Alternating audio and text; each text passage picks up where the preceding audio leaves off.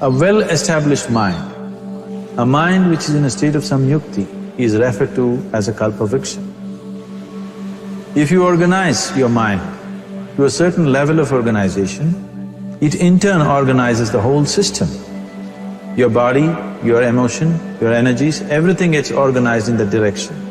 Once all these four dimensions of you, your physical body, your mind, your emotion and the fundamental life energies are organized in one direction, once you are like this, anything that you wish happens without even lifting a little finger actually. It would help to assist it with activity, but even without doing any activity, you can still manifest what you want if you organize these four dimensions in one direction and keep it unwavering in that direction for a certain period of time. Right now the problem with your mind is, every moment it is changing its direction. It is like you want to travel somewhere and every 2 steps if you keep changing your direction, the question of you reaching the destination is very remote unless it happens by chance. So, organizing our minds and in turn organizing the whole system and these 4 basic dimensions of who you are right now in one direction, if you do this, you are a kalpavriksha yourself. Anything that you wish will happen. But right now, if you look at your lives, everything that you have wished for till now, if it happens, you have finished. Everything and everybody that you have desired for, if all of that lands up in your house today, could you live with that? So if you want to become empowered, it is also important that you become responsible as to what you ask for and what you don't. Right now the world's situation is just this, we are hugely empowered with technology. Today it doesn't take 6 billion people to destroy this planet. One man by pressing the wrong button can destroy the whole planet. When we are empowered like this, it's very important that our physical action, emotional action, mental action and energy actions are controlled and properly directed. If it is not so, we become destructive, self-destructive. Right now, that is our problem. The technology, which is supposed to make our life beautiful and easy, has become the source of all the problem that we are destroying the very basis of our life, which is the planet. So what should have been a boon, we are making a curse out of it. What has brought incredible levels of comfort and convenience to us in the last 100 years or so has also become a threat to our life simply because we are not conscious action, we are in a compulsive state of action. So organizing our minds fundamentally means moving from a compulsive state of activity to a conscious state of activity. You might have heard of people for whom they asked for something and beyond all expectations it came true for them. Generally this happens to people who are in faith. Now, let's say you want to build a house. If you start thinking, oh, I want to build a house. To build a house I need 50 lakhs, but I have only 50 rupees in my pocket. Not possible, not possible, not possible. The moment you say not possible, you are also saying I don't want it. So on one level you're creating a desire that you want something, on another level you're saying I don't want it. So in this conflict, it may not happen. Someone who has some faith in a god or in a temple or whatever, who is simple-minded. Faith works only for those people who are simple-minded. Thinking people who are too much thinking, for them it never works.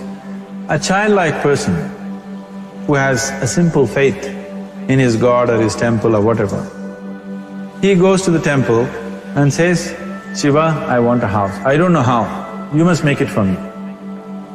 Now in his mind there are no negative thoughts. Will it happen? Will it not happen? Is it possible? Is it not possible? These things are completely removed by this simple act of faith. Now he believes Shiva will do it for him and it will happen. So is Shiva going to come and build your house? No, I want you to understand, God will not lift his little finger for you. What you refer to as God is the source of creation. As a creator, he has done a phenomenal job, there's no question about it. Could you think of a better creation than this? Is it in anybody's imagination to think anything better than what is there right now? So as a creator, he has done his job wonderfully well. But if you want life to happen the way you want it, because right now, the very crux of your happiness and your well-being is this: if at all if you're unhappy, the only and only reason why you're unhappy is life is not happening the way you think it should happen. That's all it is. So if life is not happening the way you think it should happen, you're unhappy. If life happens the way you think it should happen, you are happy. It's as simple as that. So if life has to happen the way you think it should happen, first of all, how you think, with how much focus you think, how much stability is there in your thought, and how much reverberance is there in the thought process will determine whether your thought will become a reality or is it just an empty thought. Or how you do not create any impediments for your thought by creating negative thought process. Is something possible or not possible?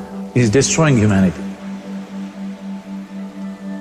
What is possible and not possible is not your business, it's nature's business. Your business is just to strive for what you want. Right now you're sitting here, if I ask you two simple questions, I want you to just look at this and answer this. Right now from where you're sitting, can you just fly off? You say no? Right now from where you're sitting, can you get up and walk? You'll say yes. What is the basis of this? Why you say no to flying and yes to walking? Because past experience of life, many times you've gotten up and walked, never did you fly off. Or in other words, you're using the past experience of life as a basis for deciding whether something is possible or not possible. Or in other words, you have decided that what has not happened till now cannot happen in your life in future. This is a disgrace to humanity and the human spirit. What has not happened till now on this planet can happen tomorrow. Human beings are capable of making it happen tomorrow. So what is possible and what is not possible is not your business. That is nature's business. Nature will decide that. You just see what is it that you really want and strive for that. And if your thought is created in a powerful way, without any negativity, without any negative thoughts bringing down the intensity of the thought process, it will definitely manifest. The whole existence today, modern science is proving, is just a reverberation of energy. It is a vibration. Similarly, your thought is also a vibration. If you generate a powerful thought and let it out, it will always manifest itself. So generally, people are using faith as a means to remove the negative thought. Today, once you have become thinking human beings, your faith is not too deep. It doesn't matter how much faith you think you have, somewhere doubts always crop up. Right now, the way your minds are made, this moment, if God appears right here, you will not surrender to Him. You will want an investigation whether He is really God or not. With this kind of mind, you should not waste your time on faith. So there is an alternative, which is commitment. If you simply commit yourself to creating what you really care for, now once again, your thought gets organized in such a way, there is no such thing as whether it's possible or not possible. There is no hurdle in your thought process. Your thought flows freely towards what you want. Once this happens, making it happen will also naturally follow. So to create what you really care for, first and foremost thing is that what you want must be well manifested in your mind, that this is what I want. Is that what you really want? You must look at it, because any number of things in your life you have thought, this is it. The moment you reach there, you realize that's not it, it's the next one and the next one and the next one. So what is it that one really wants is one thing. First of all, we must explore. Once that is clear and we are committed to creating it, now there is a continuous process of thought in that direction. Once you can maintain a steady stream of thought without changing direction, definitely this is going to happen in your life, or it will definitely manifest as a reality in your life. So, either you make this human form into a kalpavriksha, or you make it into one big mess, which is happening all over. One reason why we have not created the kind of world that all of us would want to live in is, too many people are busy looking up. Too many people are interested in other planets, they're not interested in this planet. But every aspect of their life they're checking out with other planets. And further, too many people are in service of heaven, they're not on service of this earth.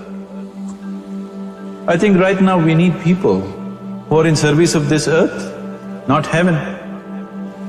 I believe if heaven is closer to divine than where we are, if that is so, I believe they're a little more organized than us, they don't need help from us. This has been a major problem on the planet. Anything that is valuable for a human being, anything that is good, the highest aspects of human life have unfortunately been exported to heaven. For example, if you say love, people say God is loving. We do not know whether God is loving or not. Human beings are capable of love. It is very, very important that people understand human beings are capable of love, human beings are capable of compassion, human beings are capable of joy and blissfulness. All the good things that are possible for a human being, unfortunately have been exported to heaven. If we want to create the kind of world that we want to, we need to understand whatever you refer to as God, the idea of God has entered our mind only because we have seen creation around us.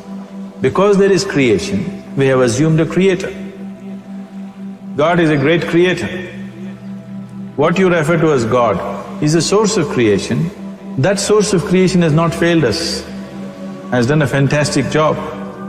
But now the question is about management. If you want to leave the management in the hands of the Creator, He will manage it in His own way, according to His agenda. But that's not what you want. You want life to happen the way you want it. Now, for example, let's say all of you here are the India soccer team for the next World Cup, and I am the coach. So these next 4 years, everything that you need to know about football is taught to you. Everything that I know about football is poured into you in so many ways. Now, the time to play the match has come. You're on the field and the ball comes near your foot, but you look at me, then it's no good. You've seen those coaches sitting there and boiling, nothing happens. Because now, once you're on the field, it's your job. So this is the same thing. The Creator has done a fantastic job. Now you're here. It is for you and me to see how to manage this, how we want it, how to keep this world, how, in what condition would all of us enjoy it best is something that we have to look at. So at every stage in our life, we tend to think, this is it. If this one thing happens, everything will be fine with my life. You reach there and you realize that's not it, and you postpone it to something else and something else. This is going on. The first and foremost thing is, you must be clear what is it that you really want. If you do not know what you want, the question of creating it doesn't arise. If you look at what you really want, what every human being wants is, he wants to live joyfully, he wants to live peacefully. In terms of its relationships, he wants it to be loving and affectionate. Or in other words, all that any human being is seeking for is pleasantness within himself, pleasantness around him. If this pleasantness, if it happens in our body, we call this health and pleasure. If it happens in our mind, we call this peace and joy. If it happens in our emotion, we call this love and compassion. If it happens in our energy, we call this blissfulness and ecstasy. This is all that a human being is looking for. Whether he is going to his office to work, he wants to make money, build a career, build a family, he sits in the bar, sits in the temple, he is still looking for the same thing. Pleasantness within, pleasantness around. If this is what we want to create, I think it's time we addressed it directly and commit ourselves to creating it. So you want to create yourself as a peaceful human being, joyful human being, loving human being, a pleasant human being on all levels. And do you also want a world like this? A peaceful world, a loving world, a joyful world? No, I want greenery, I want food. When we say a joyful world, that means everything that you want has happened. So this is all that you're looking for. So all that you need to do is commit yourself to creating it, to create a peaceful, joyful and loving world, both for yourself and everybody around you. Every day in the morning, if you start your day with this simple thought in your mind, that today, wherever I go, I will create a peaceful, loving and joyful world. If you fall down 100 times in the day, what does it matter? For a committed man, there is no such thing as failure. If you fall down 100 times, 100 lessons to be learnt. If you commit yourself like this to creating what you really care for, now your mind gets organized. Once your mind gets organized, the way you think is the way you feel, your emotion will get organized. Once your thought and emotion is organized, your energies will get organized in the same direction. Once your thought, emotion and energies are organized, your very body will get organized. Once all these four are organized in one direction, your ability to create and manifest what you want is phenomenal. You are the creator in many ways. Why I am saying you are the creator is, I want you to look at the nature of your life right now. If you eat a banana, in 4 hours' time, this banana becomes a human being. There is something within you, a life-creating process, a process which builds this body. The manufacturer of this body is within. You give him a banana, he makes a human being out of that banana. Transforming a banana into a human being is not a small thing. It is a phenomenon. It is just that this phenomena is happening within you unconsciously. If you could only consciously manifest this, making a banana into a human being, you are the creator. You are nothing less than that. As the theory of evolution goes, to make a monkey into a human being, it took millions of years. Over an afternoon, you can make a banana into a human being or whatever else, a piece of bread that you eat, into a human being. So, the very source of creation is functioning within you. If you organize these four dimensions of mind, emotion, body and energy in one direction, the source of creation is with you. You are the creator, what you want to create will happen to you effortlessly. Once you're organized like this, now you are not a mess, you are a kalpa vruksha. You have the power to create what you want. There are tools and technologies as to how to organize this system in such a way that instead of being a psychological mess, you can make yourself into a kalpa vruksha. This culture, these traditions, the whole technology of yoga is just about this, transforming yourself from being just a piece of creation to the creator himself. This is not in search of God, this is in search of becoming a God. This is not in search of divine, this is in search of becoming divine. Because that which you call as divine, that which is the source of existence, is throbbing within you every moment of your life. Otherwise, a piece of bread cannot become a human being in the course of an afternoon. So, shifting from being just a piece of flesh and blood to becoming a creator, there is a whole science and technology for this. There are tools to make this happen. That which is the source of creation is functioning within you every moment of your life. It is just that, have you kept access to that dimension or not? Organizing the four basic elements of your life will give you that access. There are tools and technologies to do this. The whole science of yoga, the whole technology that we refer to as yoga is just about this, transforming yourself from being just a piece of creation to become a creator. For example, 100 years ago, if I picked up something like this and I start speaking to someone who is across in another part of the world, you would think it's some kind of a miracle. Either I must be a messenger or a son or maybe God himself. But today, this is just another gadget that every one of us carry and use. Today sitting here, without using this instrument, if I speak to someone in another part of the world, it is still a miracle for you. So, this instrument happened because of human mind wanting it to happen. 100 years ago, nobody thought this was possible, but today it is just a common thing. Similarly, many things which are not in our perception yet can be brought into our perception and our ability to create our lives can be greatly enhanced. So first and foremost thing is to organize the mind and to organize your emotions, body and energy in that line. Once this happens, you are in touch with the fundamental life-creating process within you. Once you're in touch with it, once you're in excess of that power, you have the power to create. You have the power to create your life and your surroundings the way you want it. Because we have lost our power to create, we are making a mess out of ourselves and the world around us. If we operated as the true creator, as it is operating within us, creating this body for us, if we could create our lives with the same sense of organization and sense of purpose, this world and the human being would be in a completely different state. It is my wish and my blessing that every human being in this world should have this access to the source of creation within himself so that he can function here as a creator, not just as a piece of creation.